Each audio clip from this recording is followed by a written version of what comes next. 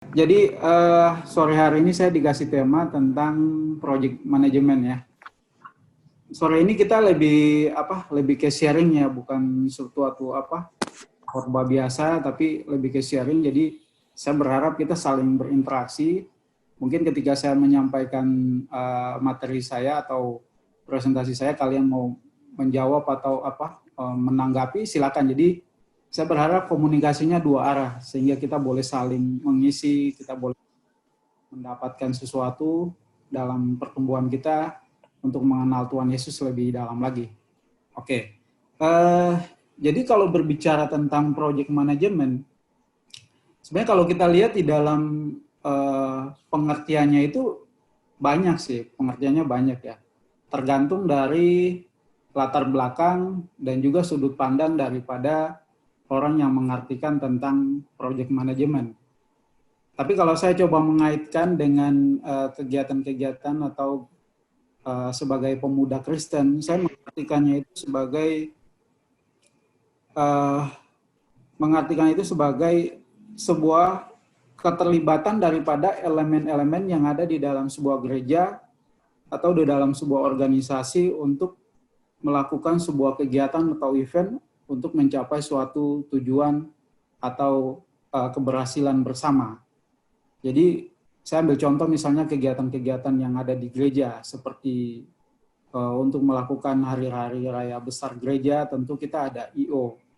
Nah, di dalam I.O. itu dia punya tim-timnya ada lagi. Ada yang bertugas sebagai tim acara, ada yang bertugas sebagai singer, ada yang bertugas sebagai pemusik, ada juga yang bertugas sebagai aser greeter. Jadi semua elemen-elemen yang mengambil bagian di dalam proyek tersebut, di dalam jangka waktu yang terbatas ya. Jadi itu adalah salah satu contoh project management yang ada, yang bisa kita lihat di dalam kehidupan gereja kita. Lalu kalau berbicara tentang project management, saya ini kelewat nih, harusnya tadi kita baca firman dulu. Saya mengajak kita baca sama-sama ya, dari Kolose 3 ayat 17. Ini satu ayat aja nih. Kita baca sama-sama, 1, 2, 3.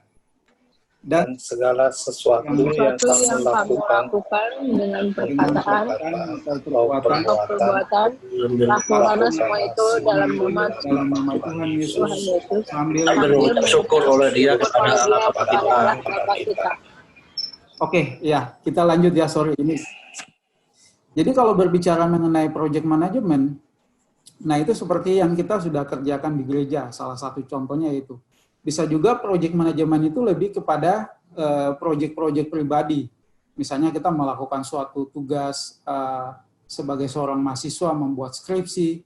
Nah itu adalah sebuah project yang mungkin project pribadi, tapi kadang kita melibatkan orang-orang atau yang bersinggungan dengan kepentingan kita. Misalnya kita melibatkan dosen, kita melibatkan teman kita untuk mencapai tujuan daripada project tersebut. Nah, kalau berbicara tentang project management, tentu di dalamnya ada tanggung jawab. Nah, kita sebagai pemuda Kristen, apakah ketika kita mendapatkan sebuah tugas atau suatu pekerjaan yang diberikan kepada kita, pelayanan di dalam gereja, pertanyaan buat saya dan juga mungkin buat teman-teman semua, apakah kita sudah melakukannya itu dengan sungguh-sungguh? Karena kalau misalnya berbicara tentang sungguh-sungguh, misalnya kita sebagai seorang aser greeter nih, ketika kita ditugaskan sebagai seorang aser greeter, apakah ketika saya atau kita menerima tugas itu hanya pada saat diinfokan, oh ya kamu sebagai aser ya, terus nanti saya bertugasnya pada saat hari hanya. Jadi seakan-akan saya hanya mendapatkan info di awal, terus udah selesai gitu. Tapi saya tidak ada persiapan diri bahwa, oh ya, kalau sebagai seorang aser tuh saya harus ngapain ya? Kalau sebagai seorang aser tuh bagaimana saya menyambut tamu, bagaimana saya menyambut jemaat, sehingga ketika jemaat melihat sesuatu yang kita lakukan itu lebih, mereka pasti akan berpikir, oh ya, wah pemuda Kristen di gereja kita nih beda ya sama, mungkin dia akan bilang, oh dengan gereja lain beda nih, pemuda gereja ini lebih bagus, pelayanannya lebih dengan hati. Jadi ketika kita menerima tugas atau ketika kita mendapatkan tugas itu, apakah kita bertanggung jawab dengan sungguh? Entah itu kita sebagai aser atau sebagai singer. Apakah kita ketika menerima tugas sebagai singer misalnya ya, apakah saya hanya datang berlatih pada saat bersama-sama dengan teman saya? Ataukah ketika saya balik ke rumah, saya juga berlatih sendiri di rumah akan lagu-lagu itu? Sehingga ketika saya datang untuk berlatih bersama-sama, tidak ada kesalahan yang saya lakukan, tapi saya melakukannya dengan baik. Nah, pasti ada sesuatu yang beda tuh. Nah, kita di situ bisa akan melihat bahwa orang yang melakukan sesuatu dengan penuh tanggung jawab dan juga orang yang melakukan sesuatu dengan hanya sekedar atau asal gitu. Oke, selanjutnya kalau berbicara tentang sikap tentang tanggung jawab, tentu di dalamnya ada sikap sebagai seorang pelayan atau sikap untuk melayani. Nah, saya nggak tahu apakah pemahaman kita terhadap sebuah pelayanan atau melayani itu hanya terkungkung di dalam sebuah kegiatan di gereja atau kita bisa melayani di mana aja. Saya mau mengatakan bahwa pelayanan itu mencakup seluruh aspek kehidupan kita. Jadi nggak hanya saya melayani di gereja itu dikatakan sebagai sebuah pelayanan. Terus saya bekerja di perusahaan, saya bekerja di sebagai seorang sekuler, itu bukan pelayanan. Enggak. Dimanapun kita melakukan suatu kegiatan dan kita melakukannya untuk Tuhan, maka itu adalah pelayanan. Sebagai seorang, misalnya sebagai seorang sales, saya tidak hanya berfokus untuk mencari pelanggan, terus saya mendapatkan jualan, tapi bagaimana saya membagikan informasi terkait dengan produk yang akan saya jual, sehingga orang boleh mendapatkan manfaat. Jadi tujuannya beda tuh. Maksudnya ada orang yang fokusnya, wah yang penting bisa dapat banyak klien, yang penting bisa omsetnya tinggi, yang nggak peduli orangnya mau dapat benefit dari itu, yang penting ya. Jadi dia lihatnya hanya di dirinya dia aja.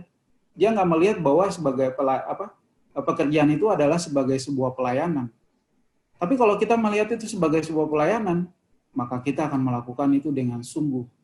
Kita akan membagi informasi terkait apa yang kita tawarkan, terkait apa yang kita bagikan, sehingga orang merasa benar-benar, oh iya, apa yang dia beli itu, dia merasa bahwa, oh iya, saya benar-benar merasakan manfaatnya gitu loh. Jadi jangan sampai orang berpikir, wah, iya tuh itu kita udah beli barang tapi ya lupain kita, nggak jelasin terkait bagaimana menggunakan barang tersebut. Nah itu adalah salah satu contoh. Lalu saya coba ambil contoh yang lain, mungkin ketika misalnya kita pelayanan di sebagai seorang kasir atau sebagai seorang security. Jadi kita melakukan semuanya itu bukan hanya sekedar kayak nggak ada terkait dengan kegiatan pelayanan, enggak. Semuanya itu adalah melayani. Karena kan kalau di dalam Alkitab Tuhan mengatakan bahwa firman Tuhan mengatakan bahwa persembahkanlah tubuhmu sebagai persembahan yang hidup dan yang kudus dan yang berkenan kepada Allah. Nah, itu adalah ibadah kita. Itu adalah pelayanan kita. Jadi ketika kita melakukan itu, maka kita sungguh-sungguh mengerti bahwa pelayanan itu nggak hanya sekedar terkungkung di dalam suatu kegiatan rohani di dalam gereja, tapi pelayanan itu mencakup seluruh aspek kehidupan kita. Ketika kita mengerti dan memahami bahwa pelayanan itu mencakup seluruh aspek kehidupan kita, maka kita akan menjadi sesuatu yang menghadirkan sesuatu yang berbeda di lingkungan kita, di kerja kita. Sehingga orang tidak melihat kita itu sekedar hanya bekerja untuk mendapatkan uang gitu loh. Ya. Karena kita melihat bahwa kenikmatan sebagai seorang pekerja itu hanya bukan sekedar untuk ya pas akhir bulan atau awal bulan dapat gaji. Enggak.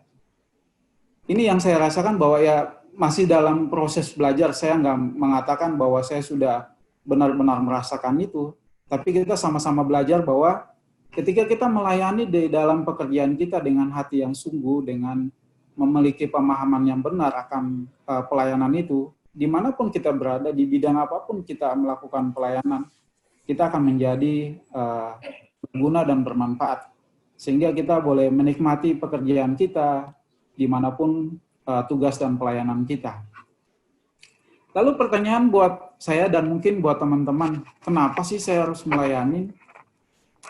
Ya kadang berpikir ya melayani diri sendiri aja kadang kita udah pusing nih. Apalagi disuruh lagi untuk melayani orang lain. Misalnya pelayanan ya, saya coba kasih gambar di samping ini tentang pelayanan anak-anak marginal yang dilakukan oleh pemuda-pemuda di gereja. Saya secara pribadi saya sangat mengapresiasi itu dan saya sangat senang gitu loh. Karena kita dikasih kesempatan untuk melihat bahwa ada orang-orang yang memang yang secara ekonomi mereka tidak mampu dan kita dikasih kesempatan untuk melayani mereka gitu. Jadi itu adalah suatu kesempatan yang Tuhan berikan kepada kita sehingga kita boleh melakukannya itu dengan hati yang sungguh dan dengan jiwa yang jiwa pelayan gitu loh. Nah, selanjutnya kenapa sih saya harus melayani? Ya tentu jawaban yang sangat sederhana ya karena Tuhan sudah melayani saya gitu. Kalau Tuhan nggak melayani saya, ya mungkin saat ini saya nggak ada di sini. Mungkin kita dan semua teman-teman pemuda-pemudi, kita nggak ada saat ini nih. Ketika kita bangun, ketika kita bekerja di jalan, kita dimanapun, Tuhan pasti melayani kita, Tuhan pasti menjaga kita. Nah, dengan pemahaman dan memiliki pemahaman seperti ini, kita bisa melakukan bagian kita sebagai seorang pelayan itu dengan sungguh. Karena kita menyadari bahwa kita sudah diberkati oleh Tuhan, kita sudah mendapatkan anugerah pelayanan dari Tuhan. Nah, kita pun harus menyalurkan anugerah itu kepada orang-orang di sekitar kita, di lingkungan kerja kita, atau dimanapun kita berada di dalam tugas dan panggilan kita masing-masing.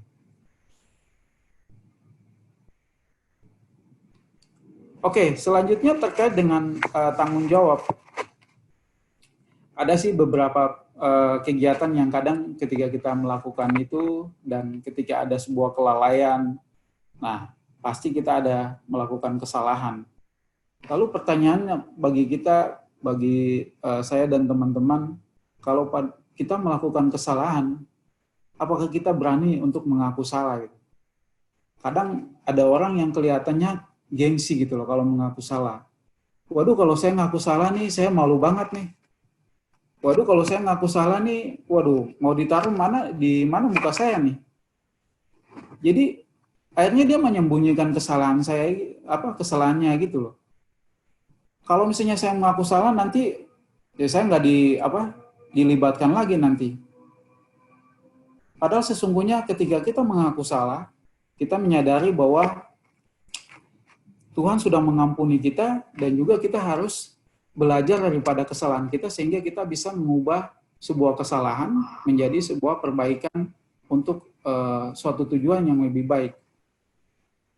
Jadi itu adalah sebuah pertanyaan yang mungkin bisa kita renungkan bersama-sama, ya entah itu di dalam gereja ketika kita melayani ataupun di kantor.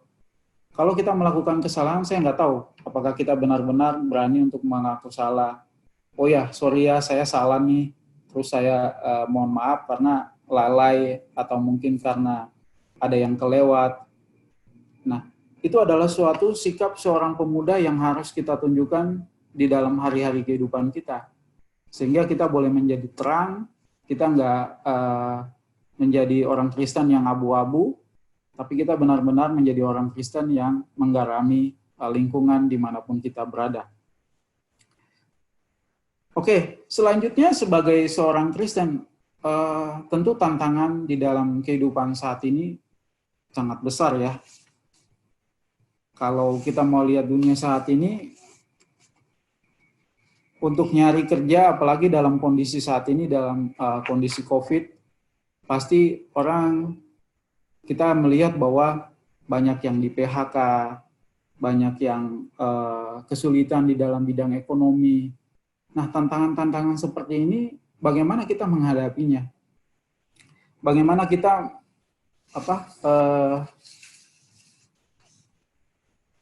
bertindak bagaimana kita bisa memecahkan, bagaimana kita bisa melewati tantangan-tantangan yang Tuhan izinkan terjadi di dalam kehidupan kita.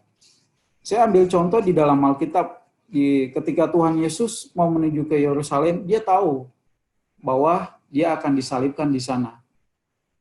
Tapi dia tidak mengurungkan niatnya untuk ke Yerusalem, tapi dia tetap menuju ke sana. Karena dia tahu bahwa itu adalah kehendak Tuhan untuk dia lakukan. Dan juga kita bisa tahu di dalam kitab Kisah Para Rasul, di mana Rasul Paulus diperingatkan oleh Agabus bahwa nasib buruk akan dialami ketika dia menuju ke Yerusalem. Jadi Rasul Paulus sudah tahu nih bahwa di sana dia akan di penjara, di sana dia akan dibunuh. Tapi Rasul Paulus tetap jalan gitu. Kalau kita berpikir secara logika ya, waduh, orang udah kasih tahu kamu nih ya jangan ke sana, nanti nyampe sana nanti celaka, pasti kita udah pasti berpikir ya udah jangan deh, saya nggak pergi deh. Tapi kalau misalnya itu adalah kehendak Tuhan, Tuhan pasti akan memberikan kekuatan bagi kita sehingga kita bisa menghadapi itu. Seperti Paulus yang sudah dia lakukan, seperti Paulus yang melakukannya itu dengan hati dan juga dengan sungguh, sehingga pelayanannya dia itu memuliakan Tuhan dimanapun dia berada. Jadi kalau misalnya sebagai pemuda Kristen kita berpikir bahwa waduh tantangan saat ini pasti berat nih. Jadi jangan sampai nanti ada yang berpikir buat waduh susah nih gue deh pulang kampung aja deh bertani dan sebagainya. Ya mungkin itu pilihan tiap orang ya. Yang penting buat kita adalah jangan sampai kita berpikir bahwa tantangan itu membuat kita menjadi menyerah gitu. Jadi saya berharap kita sama-sama, ya saya juga sharing bahwa saya merantau dari pulau terpencil di Indonesia Timur, tapi saya bisa sampai saat ini itu adalah karena pertolongan dan pimpinan Tuhan. Jadi bukan karena hebat saya, bukan karena kuat saya, tapi semuanya karena anugerah Tuhan. Jadi saya berharap teman-teman yang masih saat ini yang dalam studi atau yang sudah bekerja, ayo kita tetap sama-sama yuk bekerja dengan hati, bekerja dengan memiliki jiwa untuk melayani, sehingga dimanapun kita berada, kita boleh menjadi berkat bagi orang-orang di sekitar kita.